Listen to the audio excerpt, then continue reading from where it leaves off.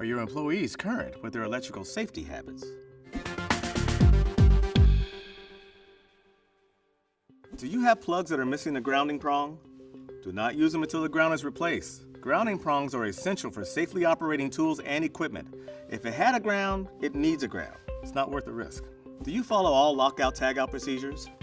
These procedures are in place to reduce the risk of working with dangerous equipment, improve safety by announcing the shutoff, identifying and isolating the energy sources, locking and tagging the energy sources, and confirming the equipment has been properly isolated.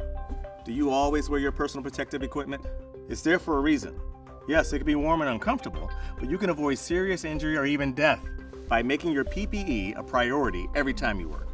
How often is your electric-powered equipment inspected? Make it a habit to inspect and repair all equipment and machinery before use. Frayed wires, loose fasteners, and any number of easily fixed issues can lead to injury or death if ignored.